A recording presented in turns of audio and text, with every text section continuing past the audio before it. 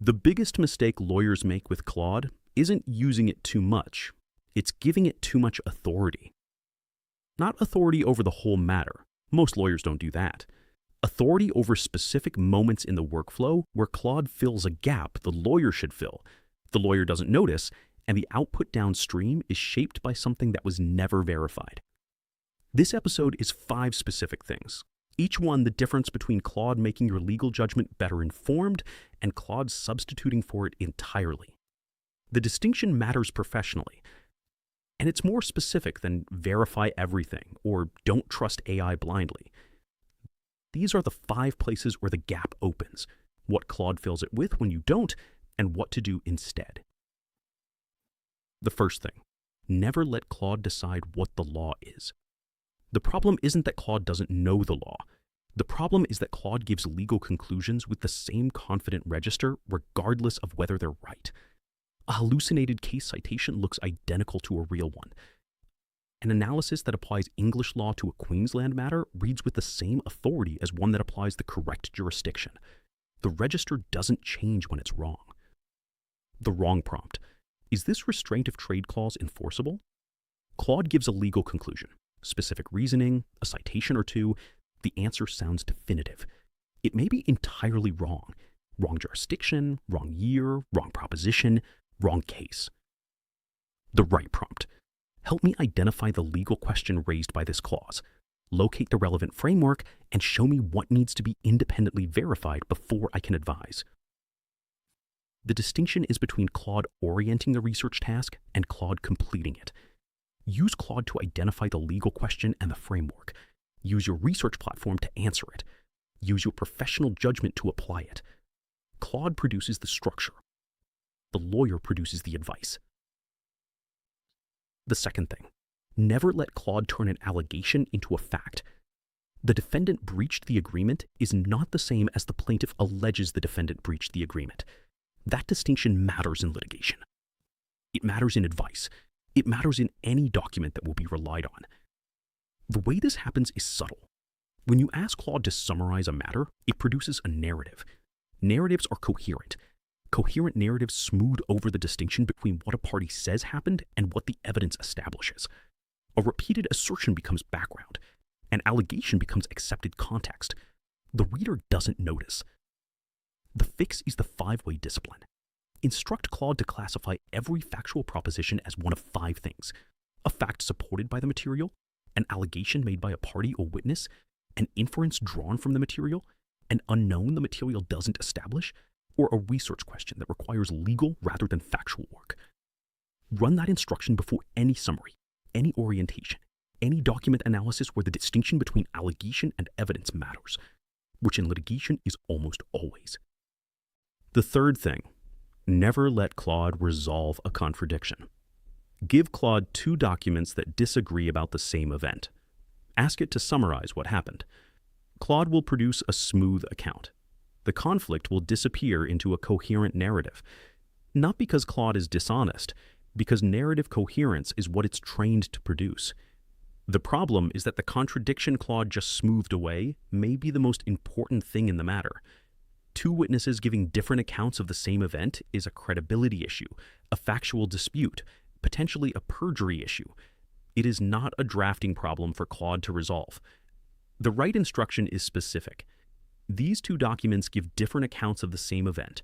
Identify the contradiction precisely. Do not resolve it. Do not produce a synthesized account. Present both versions and identify exactly what remains to be determined. And then build a contradiction register, a structured record of every material conflict in the matter, what the 2 accounts are, and what needs to be determined. Contradictions in litigation are not problems to be solved by AI. They are the lawyer's material. A contradiction that gets smoothed away in an AI summary is one that may not surface until the hearing. The fourth thing, never let Claude invent certainty. The example that illustrates this most clearly involves dates. An email is dated the 15th of March. It refers to yesterday's discussion. Claude infers the meeting was on the 14th of March and records it as such in the chronology. Another document suggests the 13th of March. Claude has now replaced a conflict with a precise date that doesn't exist in the underlying material, and the conflict is invisible in the output. The fix is date classification. Instruct Claude to classify every date in a chronology as one of 4 types. Stated, the source expressly gives the date. Derived, inferred from other material. Approximate, only a period is available. Unknown, the material doesn't establish it. Each classification is a different level of confidence. A stated date can be relied on as appearing in the source. A derived date requires verification. An approximate date needs to be confirmed. An unknown date is a gap that needs filling. The principle extends beyond dates. Wherever Claude converts ambiguity into apparent certainty, in document significance, in factual propositions, in procedural positions, it is filling a gap the lawyer should fill with verified information. The instruction is always the same. Preserve the uncertainty. Don't resolve it. The 5th thing, the most subtle, never let Claude decide what you should do next. This one is easy to miss because it feels helpful. You've run a thorough AI orientation of the matter. Claude has produced a document map, a chronology, an issue list, an unknown register. It's natural to ask, based on all of this, what should I prioritize? And Claude will answer. It will produce a prioritized action list. It may even produce a reasonable one. But it is making priority judgments based on information that is necessarily incomplete. What matters in a matter depends on the client's instructions, the commercial reality of the dispute, the relationship with the other side, the cost position, the risk tolerance of this particular client, and a dozen things Claude doesn't know and cannot weigh. What Claude can do reliably: identify unanswered questions, surface missing evidence, generate research tasks, extract procedural items, map competing interpretations. These are orientation tasks. Claude does them well. What Claude cannot do: decide which of the 10 unanswered questions to pursue first. Determine whether the limitation issue is more urgent than the authorization question. Assess whether this matter should settle or proceed. Ask Claude for the unknown register, everything the material doesn't establish, why it matters, and what could resolve it. Then the lawyer decides what to do with that list. Claude surfaces the questions. The lawyer answers them. 5 things. 1 pattern. Every one of these failures happens when Claude fills a gap the lawyer should fill. When there's a gap between a legal question and a legal conclusion, Claude fills it with an answer. The lawyer should fill it with verified research. When there's a gap between an allegation and established fact, Claude fills it with narrative coherence. The lawyer should fill it with the 5-way discipline. When there's a gap between 2 conflicting accounts, Claude fills it with a synthesized narrative. The lawyer should fill it with a contradiction register. When there's a gap between contextual clues and a precise date, Claude fills it with manufactured certainty. The lawyer should fill it with date classification.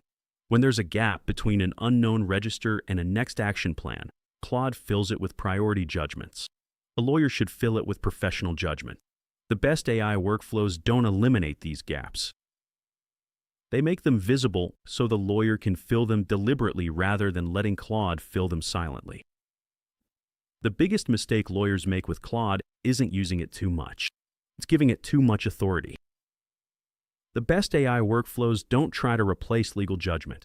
They make legal judgment better informed, more structured, and easier to exercise. Claude produces the orientation. The lawyer produces the judgment. That's the distinction this channel is built around.